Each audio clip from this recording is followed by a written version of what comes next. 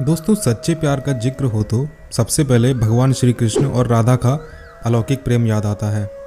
श्री कृष्ण और राधा की प्रेम कहानी अद्वितीय है, लेकिन इसके बारे में अभी तक बहुत कम ही जानकारी उपलब्ध है।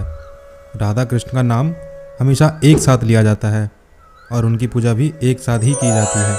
फिर भी राधा को लेकर लोगों के बीच में दो तरह की धारणाएं मिलती हैं और लोगों का एक वर्ग तो कहता है कि राधा कृष्ण का अटूट प्रेम किसी बंधन का मोहताज नहीं था, और दूसरी ओर यह धारणा है कि राधा का चरित्र सिर्फ एक कोरी कल्पना मात्र है। लेकिन कुछ ऐसे तथ्य भी मिलते हैं जो बताते हैं कि श्री कृष्ण ने राधा से भी विवाह किया था। तो चलिए दोस्तों, आज बात कर लेते हैं उन तथ्यों के बारे में। मित्रों, मथुरा से करीब 25 किलोमीटर दूर स्थित माट तहसील के गांव छाहरी के समीप यमुना किनारे भांडेर वन स्थित है। यह वही स्थान है जहां भगवान श्री कृष्ण और राधा का विवाह हुआ माना जाता है। हालांकि कृष्ण और राधा के कथानक से परिचित ज़्यादातर भक्त यही मानते हैं कि दोनों का विवाह कभी नहीं हो सका था, मगर गौड़ी संप्रदाय में राधा के कृष्ण से विवाह होने का विश्वास किया जाता है। मित्रों, ब्रज के भांडेर वन में राधा कृष्ण के अटूट प्रेम के अध्याय का हर अक्षर साक्षात हो उठता है। ऐसी मान्यता है कि स्वयं ब्रह्मा ने यहाँ अवतरित होकर राधा और श्री कृष्ण का गंधर्व विवाह कराया था, और ब्रह्म वैवर्त पुराण और श्री गर्ग संहिता और गीत गोविंद में भी राधा कृष्ण के भांडेर वन में विवाह का वर्णन मिलता है। दोस्तों, यमुना किनारे करीब 6 एकड़ परिधि में फैले भांडेर वन में एक बड़ी संख्या में कदम्ब व कई अन्य तरह के प्राचीन वृक्ष मौजूद हैं। यहाँ स्थित मंदिर में राधा और श्याम की जोड़ी विग्रह रूप में विराजमान है। इस मूर्ति में कृष्ण का दाहिना हाथ राधा की मांग भरने का भाव प्रदर्शित कर रहा है, और मंदिर प्रांगण में ही एक प्राचीन वट वृक्ष है, और लोगों के अनुसार इस वृक्ष के नीचे राधा और कृष्ण का गंधर्व विवाह हुआ था। दोस्तों, वट वृक्ष के नीचे बने मंदिर में कृष्ण, राधा और ब्रह्मा की प्रतिमाएं विराजमान है। महर्षि गर्ग द्वारा रचित श्री गर्ग संहिता में राधा और कृष्ण के जीवन का विस्तार से जिक्र किया गया है।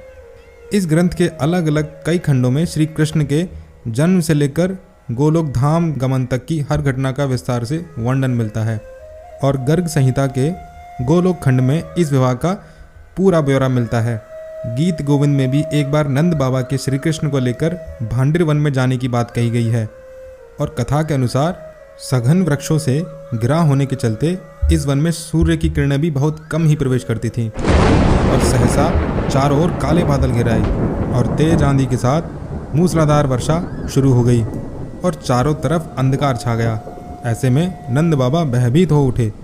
उन्होंने अपनी गोद में कन्हैया को सावधानी से छिपा लिया। उसी समय वहाँ 16 श्रृंगार किए हुए अपूर्व सुंदरी राधा एक ज्योतिपुंज के रूप में उपस्थित हुई। उन्होंने नंद बाबा के आगे अपने हाथों को पसार दिया, जैसे कि कृष्ण को अपनी गोद में लेना चाहती हों। विस्मृत हुए नंद बाबा ने कृष्ण को उन्हें समर्पित कर दिया।